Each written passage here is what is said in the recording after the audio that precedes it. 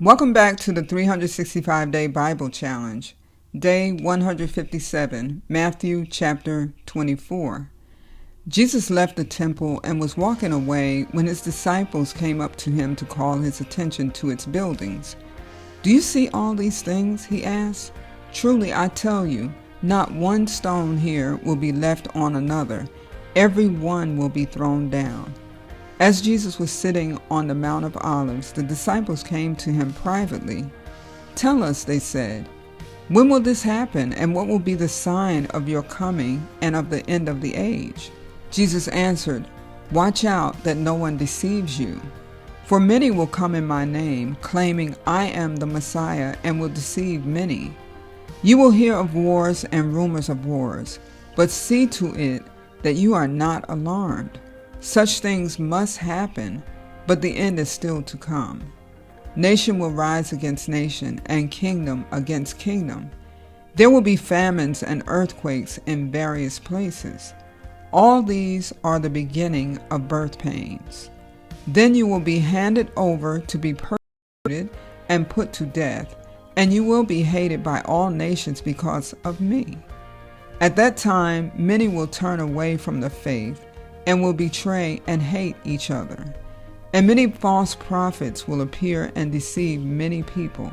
Because of the increase of wickedness, the love of most will grow cold, but the one who stands firm to the end will be saved.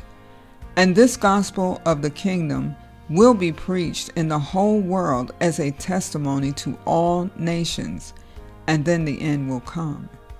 So when you see standing in the holy place the abomination that causes desolation, spoken of through the prophet Daniel, let the reader understand. Then let those who are in Judea flee to the mountains. Let no one on the housetop go down to take anything out of the house. Let no one in the field go back to get their cloak. How dreadful it will be in those days for pregnant women and nursing mothers. Pray that your flight will not take place in winter or on the Sabbath, for then there will be great distress, unequaled from the beginning of the world until now, and never to be equaled again. If those days had not been cut short, no one would survive. But for the sake of the elect, those days will be shortened. At that time, if anyone says to you, 'Look, here is the Messiah,' or 'There he is,' do not believe it. For false messiahs and false prophets will appear and perform great signs and wonders to deceive, if possible, even the elect. See, I have told you ahead of time. So if anyone tells you, 'There he is out in the wilderness,' do not go out, or 'Here he is in the inner rooms,' do not believe it. For as lightning that comes from the east is visible even in the west, so will be the coming of the Son of Man. Wherever there is a carcass, there the vultures will gather. Immediately after the distress of those days, the sun will be darkened and the moon will not give its light. The stars will fall from the sky and the heavenly bodies will be shaken. Then will appear the sign of the Son of Man in heaven, and then all the peoples of the earth will mourn when they see the Son of Man coming on the clouds of heaven with power and great glory. And he will send his angels with a loud trumpet call, and they will gather his elect from the four winds, from one end of the heavens to the other. Now learn this lesson from the fig tree. As soon as its twigs get tender and its leaves come out, you know that summer is near. Even so, when you see all these things, you know that it is near, right at the door. Truly I tell you, this generation will certainly not pass away until all these things have happened.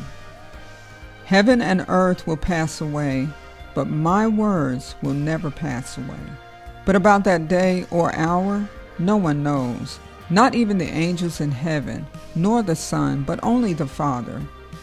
As it was in the days of Noah, so it will be at the coming of the Son of Man. For in the days before the flood, people were eating and drinking, marrying and giving in marriage up to the day Noah entered the ark. And they knew nothing about what would happen until the flood came and took them all away.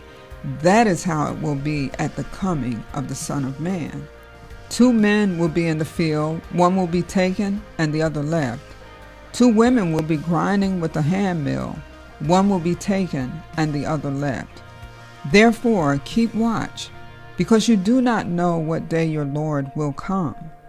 But understand this: if the owner of the house had known at what time of night the thief was coming, he would have kept watch and would not have let his house be broken into. So you also must be ready, because the Son of Man will come at an hour when you do not expect him. Who then is a faithful and wise servant, whom the master has put in charge of the servants in his household to give them their food at the proper time? It will be good for that servant whose master finds him doing so when he returns. Truly I tell you, he will put him in charge of all his possessions. But suppose that servant is wicked and says to himself, "My master is staying away a long time," and he then begins to beat his fellow servants and to eat and drink with drunkards. The master of that servant will come on a day when he does not expect him, and at an hour he is not aware of. He will cut him to pieces and assign him a place with the hypocrites, where there will be weeping and gnashing of teeth.